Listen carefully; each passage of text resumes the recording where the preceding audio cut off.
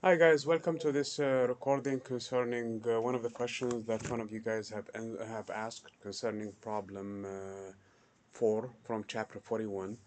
And this problem basically illustrates the fact that a hydrogen atom, and it goes, I mean, as an example, but it works also for any other atom because it's easier actually to do the calculation for the hydrogen atom, that hydrogen should not exist, any atom should not exist because they would collapse in a fraction of a second onto themselves due to the fact that electrons, as they orbit the nuclei, and I mentioned that in the class actually, they radiate energy, and so it's a matter of simple calculation to actually find how long it takes for them to spiral down onto the nucleus. So the problem give you equation, basically this equation for the rate at which the power is dissipated for an accelerated charge. This is from physics 203 actually, and it's, as you can see, it's proportional to the square of the acceleration. And that's how antennas work actually, whether sending a signal or receiving a signal. So you accelerate charges on the antenna and they radiate energy and they transmit the signal.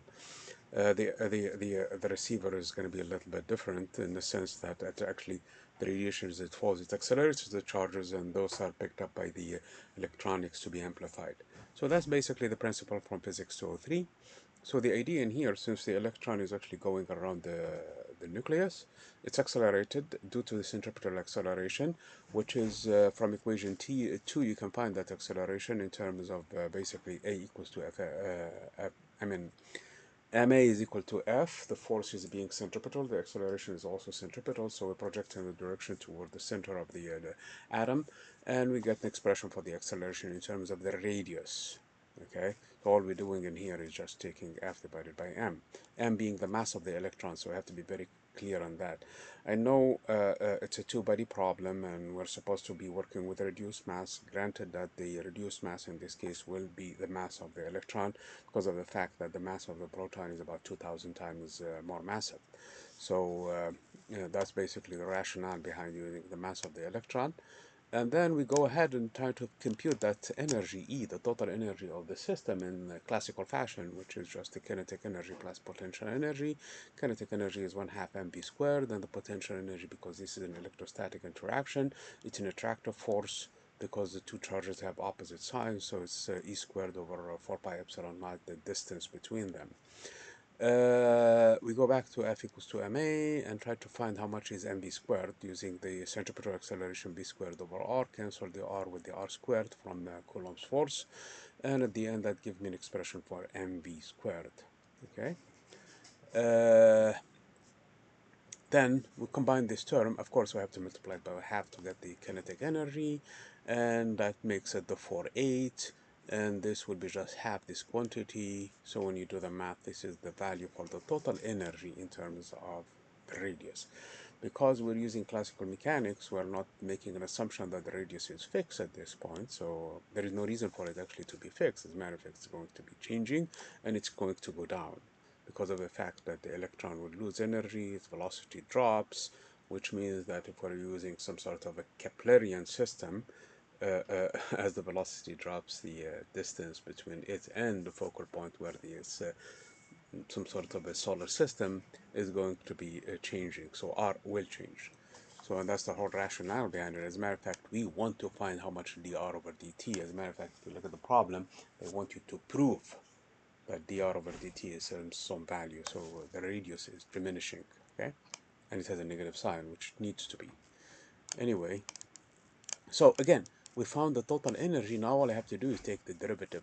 Note that the negative sign will flip to a positive because I have a 1 over r. If I take its derivative with respect to time, the 1 over r becomes negative 1 over r squared, which will cancel the other negative.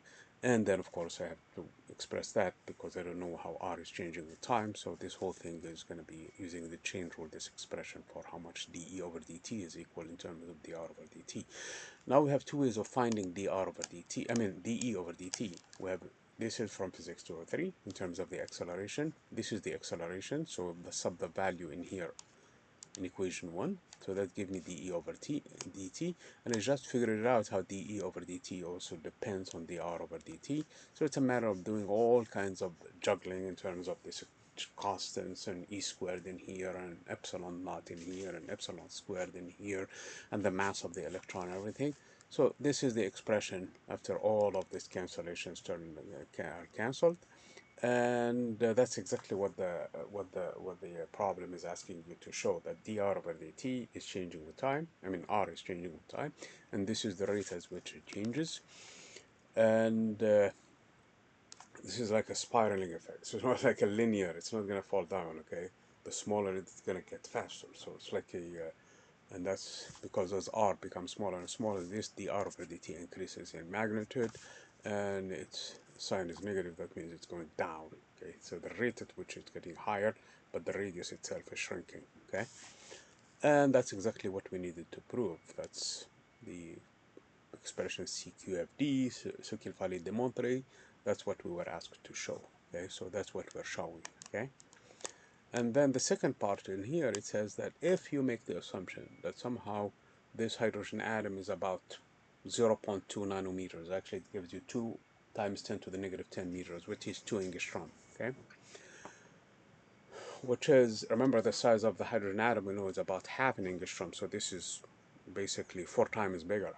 Okay, so this is puffed up hydrogen atom. Okay, so that means the electron is very far. How long it takes for it to spiral down and fall into the nucleus? So in this case, what you do, you just take this expression and you solve it for time and you integrate. So it's going to be dt, it's going to be all of this expression. So the r squared move in here and becomes next to the dr, and that's key because you're going to do an integration at some point. So it's easy to do the integral of r squared dr, and all of the other things are just constants. Don't forget to flip the terms, and here the one in the denominator becomes the numerator, and vice versa. Okay. Once you do that, you'll find the time t. You integrate, and the integration is between the initial position of the electron, which is at some distance. Granted, it's a kind of an exaggerated distance from where the nucleus is, just to see, to be on the safe side. Okay, so we're not putting it where it needs to be. We're putting far away, and we're trying to find how long it takes for it to come down. And if you do the calculation, you will find it's a fraction of a nanosecond. Even at this far away distance from the nucleus, it will take a fraction of a nanosecond. So if I do the actual calculation, it's going to take a picosecond, 10 to the negative 12 meters, 10 to the negative 12 seconds, which is an incredibly short amount of time. That means a hydrogen atom should not exist. Any other atom is not going to exist. Everything that you see before you, if it was up to classical mechanics, does not exist. So that's a failure of classical mechanics, because it cannot explain the fact that we have atoms everywhere. Okay? So that's one of the reasons why we have to use quantum mechanics, because classical mechanics fails in explaining something that is so obvious to us.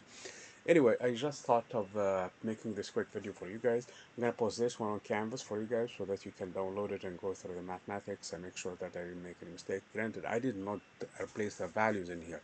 I'm expecting you guys to make these substitutions. One of the things in here that you notice, I have pi squared epsilon naught squared, so that I don't have to put the value of epsilon naught, the values of 10 to the negative 12 and all of these things. I can combine the 16, not the 4, the 16 pi squared epsilon naught squared.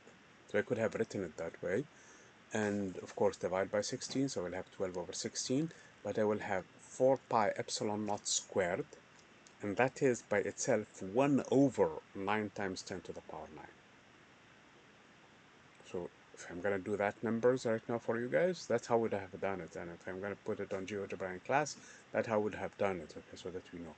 So this pi squared epsilon squared, add to it another 4 squared, which is 16, and that makes it inverted, of course, of 9 times 10 to the power 9. So that's if I'm going to use SI. Of course, M is given 9.11 times 10 to the negative 31 kilogram. That's of the electron. C is known, 3 times 10 to the power 8. But don't forget you're cubing it, so it's going to be 27 times 10 to the power, what is it, 24? And you have e to the power 4, which is 1.6 times 10 to the negative 19 to the power 4. So you'll have a lot of powers all over the place, okay? You'll have a lot of things.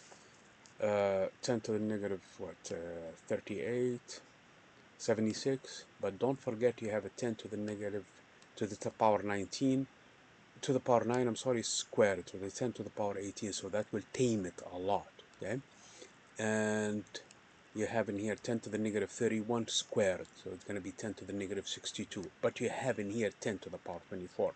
So the first thing I would do is handle all the powers in here, and then I have an r cubed, and r cubed has this value in here of 0.2 nanometers. So there is a 10 to the negative 9, 10 to the negative 10 actually, if you look at the problem, 2 times 10 to the negative 10 cubed. So that's 10 to the negative 30. That's why this value is going to be very small at the end of the day. It's going to be of the order of a nanosecond, probably picoseconds if I use the more appropriate values in here. Okay. So the point being in here is this is a very tiny value. The atoms are not stable. The atom should not even exist if it was up to F equals to ma, if it was up to just physics 202. So we have to go beyond that, and this is the reason why, actually, this is why we're moving on with this thing in here, so I have a rationale for it. There is a breakdown of classical mechanics when it comes to the very small, and this is one of them. There are all kinds of examples we went through, so we dismantled basically classical mechanics for the very fast already with chapters 38 and 39, and even chapter 40, and now we're dismantling it on the extremely small stuff too, including the hydrogen atom and the fact that we have atoms everywhere. Okay, so that was a very good question. Hopefully you guys can finish the calculations in here and go through it and make sure you understand what's going on. Thank you.